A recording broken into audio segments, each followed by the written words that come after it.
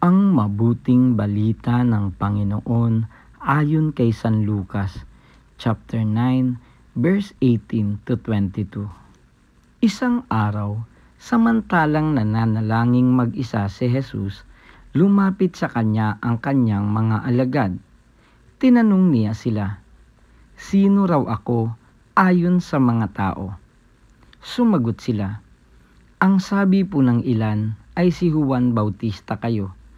Sabi naman ng iba, si Elias kayo. At may nagsasabi pang nabuhay ang isa sa mga propeta noong una. Kayo naman, ano ang sabi ninyo?" Tanong niya sa kanila. "Ang Mesiyas ng Diyos," sagot ni Pedro.